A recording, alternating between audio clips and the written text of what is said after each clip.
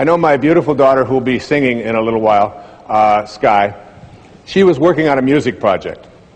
And she had come to me and she said, she was going to school at the University of Miami. And she said, Dad, would you mind if I dropped out of school? And since I have been a person who has never, ever listened to any advice that adults ever gave me throughout my life about what I should do with my life, because I believe it's something that you have to own yourself, I said, why? And she said, well, I want to sing. I've always just wanted to sing. It's the only thing that's in my heart is singing. And what I've discovered, she said, is that I can't sit in classrooms anymore in my junior year and be told how to sing by people who are not singing. And she said, I also don't want to study theory any longer. I want to sing. I just feel it in my heart. I said, that's great. I said, I'd like to take you with me when I talk all over the country, all over the world. And I'd like you to sing for me, because I'm always so proud to have her on stage with me, as you'll see why shortly. And I said to her, I said, honey, but what you've got to do is perhaps put together a project, perhaps put together a CD, get some way that you can come out and sing at the talks and include on this some of the music that is relevant to what I speak about. And she said, okay. And I was over on Maui and I was writing. And she called me, she said, Dad, the problem is that the musicians that I need to be able to do this are not available. And you can't get them. And I said, Sky, you've got to contemplate yourself as surrounded by the conditions which you wish to produce. Don't think about the musicians as not being available. Contemplate yourself surrounded by the musicians, and you'll see that when you reconnect to this source will provide. It always does. It's an unfailing system. It's fail-safe.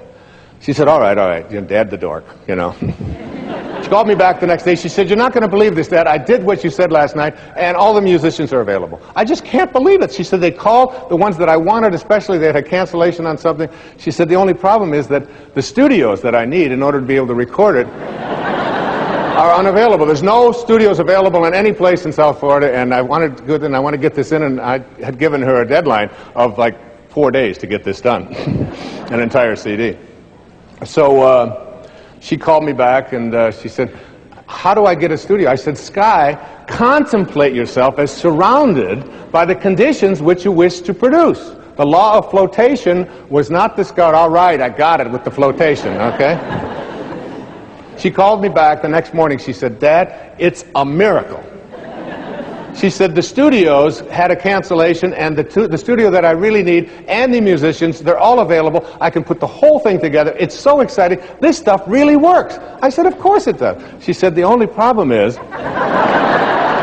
that it costs quite a bit of money to pay these musicians and to have the studio time. I said, Sky, honey, you've got to contemplate yourself as surrounded by the conditions which you want to produce. She said, that's why I'm calling you.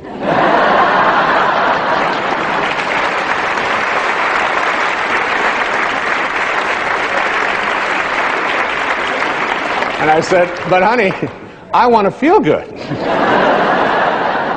She said, maybe you should call Dr. Phil. She said, and this will make you feel good, because you will be contemplating yourself as surrounded by a daughter who is so... She used it all right back on me. And she did it, and she got it done, and she was able to produce it. And, you know, it sounds like a silly little example, but it's like the obstacles that we have to creating what we want very often are in the ways that we perceive ourselves as disconnected here. And every thought that you have that says, I can't do it, is resistance to connecting to Source. And every thought that you have that says, it's never worked before, that's resistance to connecting to this Source, to what is being, what I call vibrating to Source energy, getting back to having your desires, what you want to create in vibrational harmony with this highest energy in the universe. The obstacles that we have, most of us there's three of them. The major one is the ego, which I talked about earlier. You have to learn to stop being offended. There are people out there who are going through life looking for occasions to be offended, and you very seldom will find yourself disappointed. And if you don't like the way somebody's dressed, that's a way to be offended. If you don't like the language that they use, one of the things I do is I run in hallways. when I'm traveling on the road, because I like to do my running every day, but I don't like to, if it's very cold or very hot, I don't like to have to carry a lot. So I just carry a pair of shorts. And I run up and down the hallway like this. I run here, and I run up and down, and I get an hour of running out there in the hallways of hotels. Now, there are people behind the doors very often who don't anticipate a sweaty man running on the hallway. And there are times when the doors will open and I'll be running and I'll hear someone walk by. What is that guy doing? What's wrong with him? Doesn't he know that there's a track? This isn't the place. And he's using my experience out here as a reason to be offended. And he's still on the way down. He's yelling at his wife about the fact that I shouldn't be there. Oftentimes goes home, kicks the cat, whatever it is, because...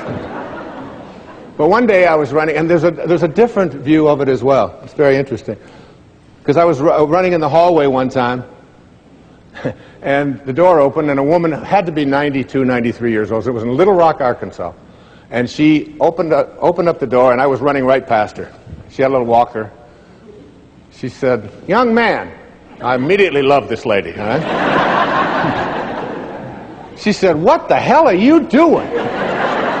I said, "Well, ma'am," I said, and I stopped. I was running in place. I said, "I just like to get my heart rate going up there. It's really good, and I didn't want to go outside because it's very hot out there today." She said, "You got that much energy this time of the morning to be out there running?" I said, "Yes, ma'am." She said, "Why don't you come on into this room with me for a little while?" Now, there's a woman who had a great sense of humor. With the same, she wasn't looking for an occasion to be offended. How many times do you find yourself doing that? Or stopping yourself from feeling superior, or from needing to be right, or from needing to win, or from needing more, or to achieve, or to be concerned with your reputation. All of these have nothing to do with source energy. All of that has to do with this identity that you've taken on that says, I am, all of these accomplishments are what I do. That's one.